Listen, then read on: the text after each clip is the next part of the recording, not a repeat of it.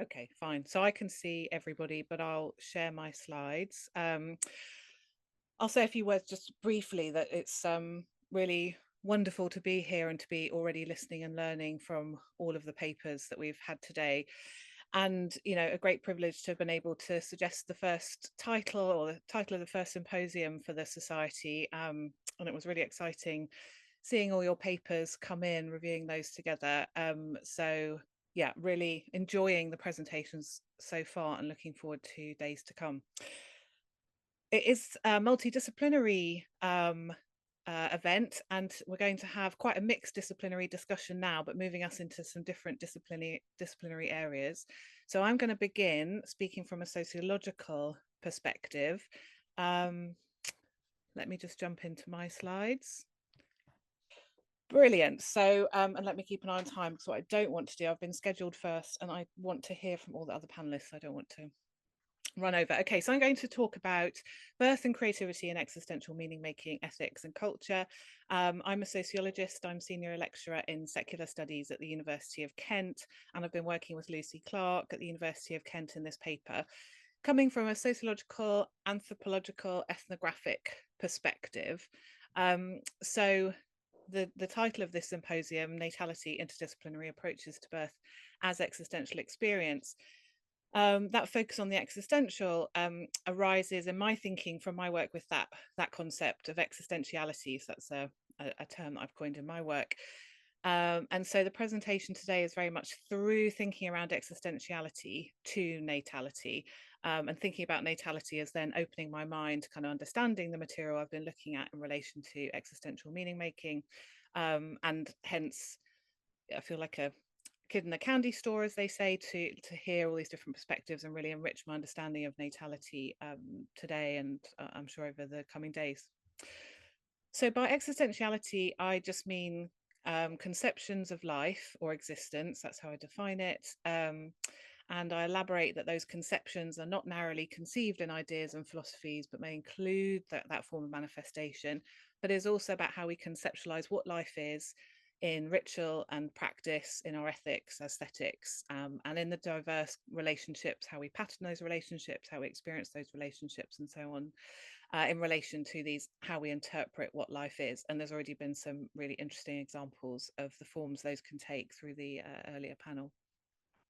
It's similar for those that are following this set of discussions around sort of replacing or expanding conversations about religion to take in this broader category of worldview that Anne Taves in California has been developing. There's lots of resonances between her approach and mine. So thinking about existential cultures, for example, existential traditions is for me a way of thinking about religious traditions and spiritual traditions, but then broadening that to think about what was mentioned in the last session around humanist approaches and other non-traditional approaches to conceiving of what life is and how those then become traditions that are passed on between people and over time. So the idea of the existential, sorry, lots of text here because I'm a sociologist and I don't tend to read from a deep text, but I wanted to remember where I was. So you don't need to read that, I will talk you through. So the focus on the existential arises from my work with non-religious people and or people who are non-theistic, which aren't always the same thing, and looking at how they build their sense of the sources of meaning, existential meaning in their life, how existentiality shapes their experience, their taste, their relationship.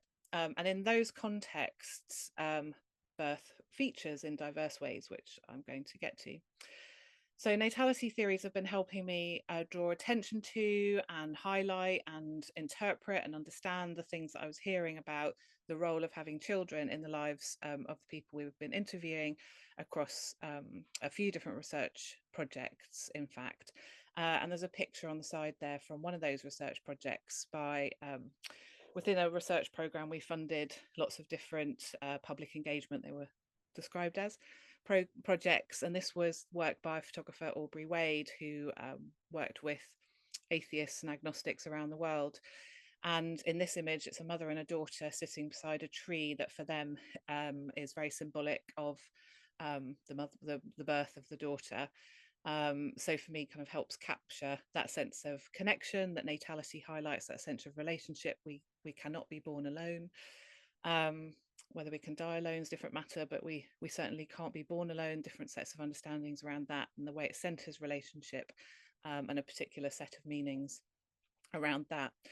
So what I'm going to do today is draw on some interview data from a new article that I'm writing with Lucy Clark that's using natality to understand birth as a form of existential experience that's drawn on in the formation of people's existential identities.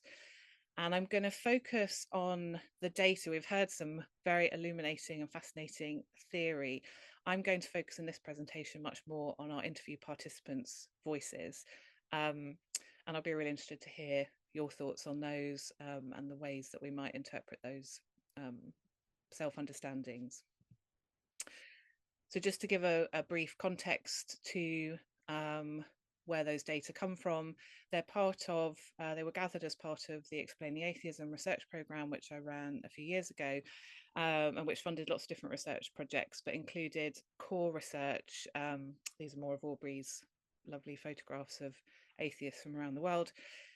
But the data I'm focusing on today come from the countries that we focused on in our core research, which is Brazil, China, Denmark, Japan, the UK and the US. We surveyed 1,000 people in each country. And what I'm going to talk about today is data from the in-depth interviews. So we interviewed 30 people in each country. And those were from different regions, generally kind of various in terms of their demographic characteristics and so on. If you have any questions about that, I'll tell you more about it. But for time, as I said, I want to hear their voices. Is there anything helpful to say? They are evenly split for gender, which is important. But as you'll see, they have different ages. Yeah, if you have any questions or you think there's any demographic characteristics that are fundamental for understanding these experiences, that would be really interesting to know about too. So what we did in those interviews were explore beliefs about the existence of God. The project was about atheism, people's religious backgrounds and non-religious backgrounds, their religious and non-religious identities, questions around morality, attitudes towards religion in society and in their own lives. We explored diverse existential values, and we looked at sources of meaning and purpose. And most of the data I'm going to discuss today arise from a pretty general set of questions about purpose and meaning. Do you feel you have a purpose in life? What do you, if you, as it phrased, I haven't put it in the slides, if you were reflecting on your life, what would make you think you'd led a meaningful life? So sources of meaning. And so, yeah, in these data, we weren't particularly interested in birth, but birth arises in different ways. So there are two key dimensions there. There's the theme of having children, which is a phrase I've become increasingly interested in as we look at the data. The kind of dual sense of having children. I have children and I've had them. I've given birth to them. And there's a very different relationship to the sense of children being born that's drawn into this sense of having children for different participants.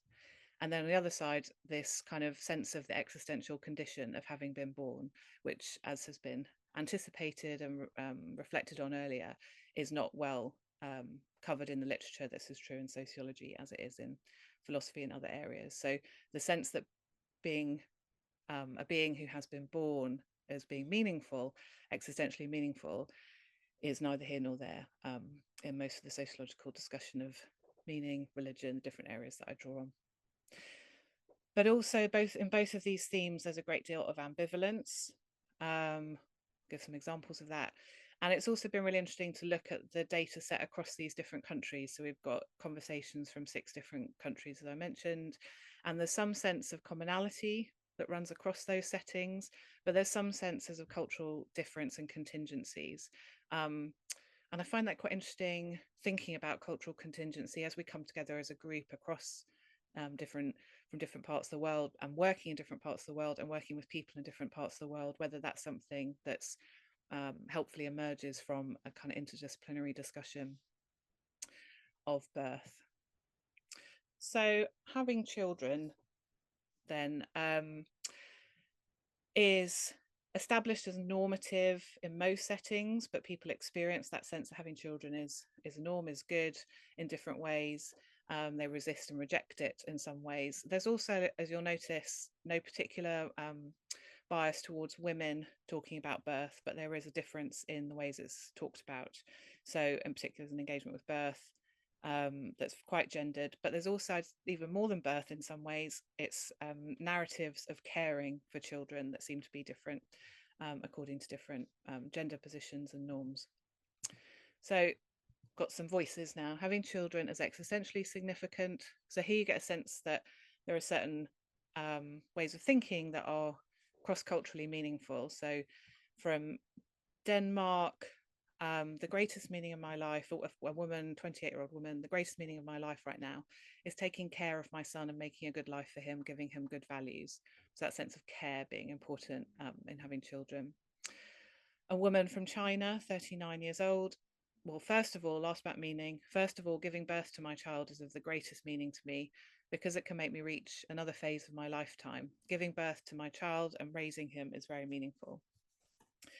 And from Brazil, a man, 42, says, asked about meaning, this directs us to common sense, always common sense. Go write a book, have children, and plant a tree.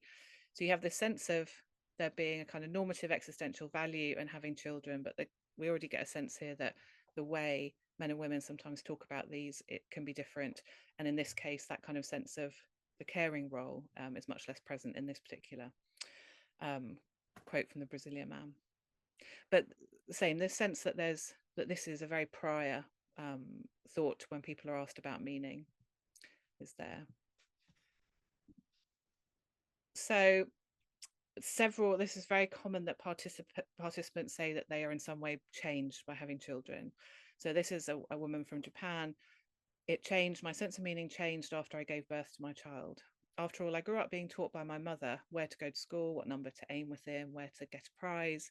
I was the eldest daughter, so she put a lot of effort into raising me, and that was pretty much everything. After I gave birth to my child, I realized that humans are different after all, thinking there of the discussion of humanism early on, but this is that lived experience. After I gave birth to my child, I realized that humans are different after all. I thought that it was wonderful just to be alive. Or a British female, 81 years old. I think having children made me a different person. Also, I found interesting in the data that many people anticipate that having children will change them existentially, which I think indicates that there are these norms. There's this kind of constant tension I find in going through these data and thinking about what people are saying, where, as we're talking about, the idea of birth and having children isn't kind of recognized in philosophy and other disciplines, and yet it has this normative status at the same time. So there's a sort of tension there that I'm trying to work my way through or work out in some way. So a 48-year-old man from Japan, I don't have children right now, but if I have children in the future, that would be a very meaningful thing. A woman, 29-year-old Japanese woman, well, that is, I don't have this yet, but leaving descendants, if I had children, the connection with my children would be the biggest source of meaning, the biggest factor. Or a 31-year-old man from the US, if I had kids, I'll definitely have a purpose. The purpose will come into being as soon as I have a kid who's relying on me to survive. That'll be a purpose. Beyond that, there's things of value which he goes into. So this is the most valuable thing, though he doesn't yet have it.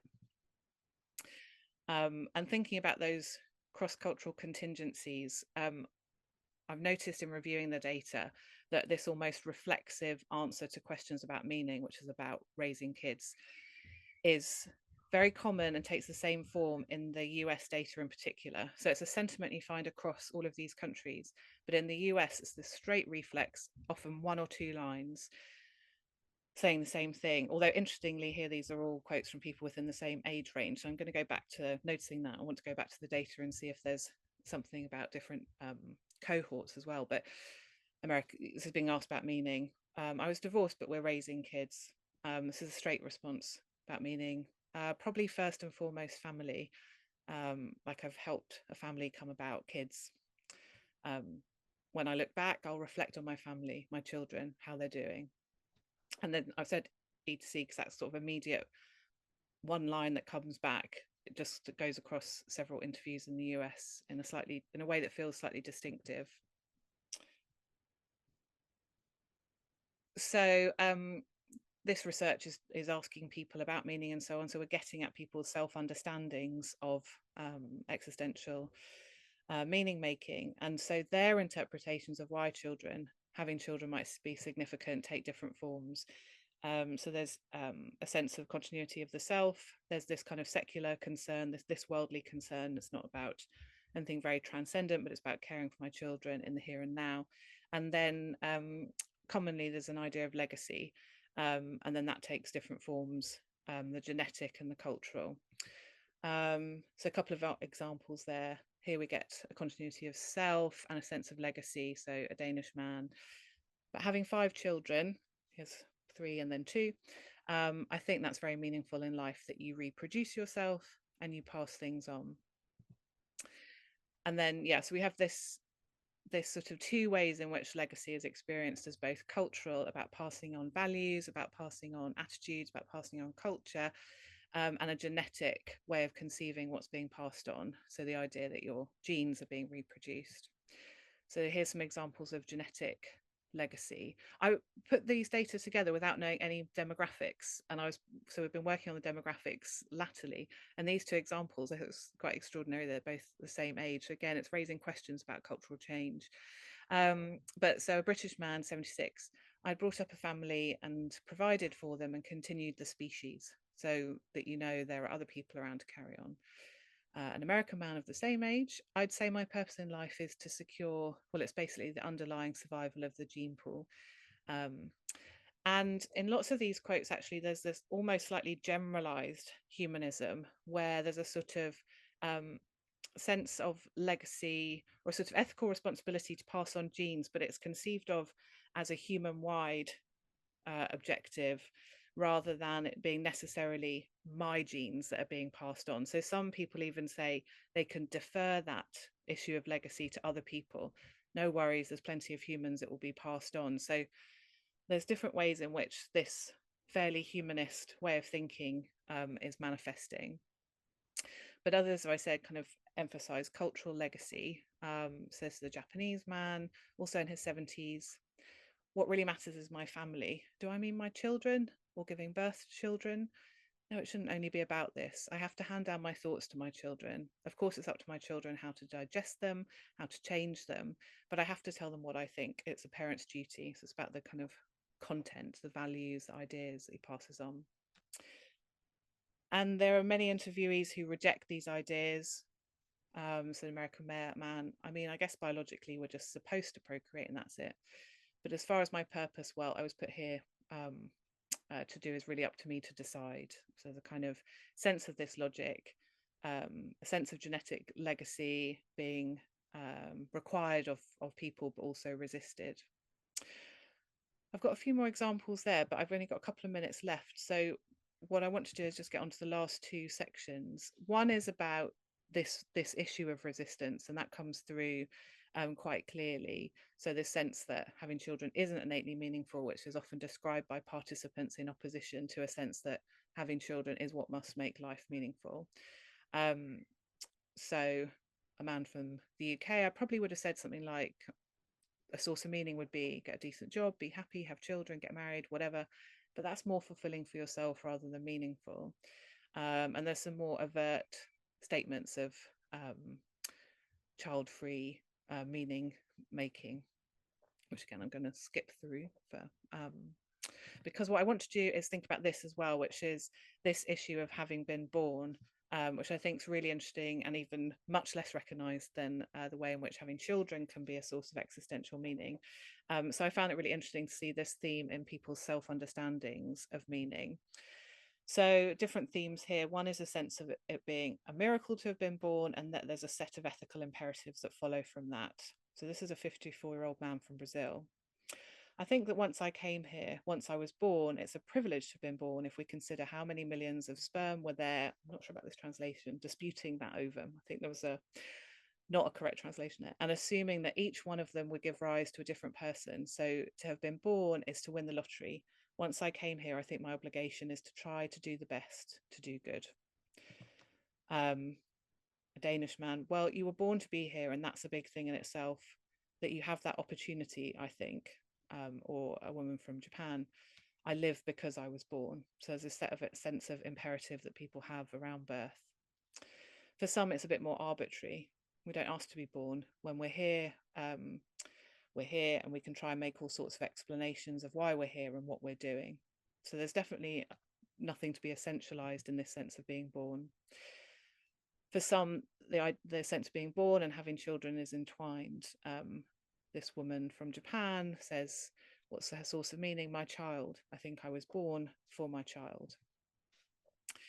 And again, being born is ambivalent. And this is the last quote I'll share. So a man from Brazil who says, if today I could decide between being born and not being born, I might prefer not to be born, even though I've had a very good life. I've never had any major problems in my life.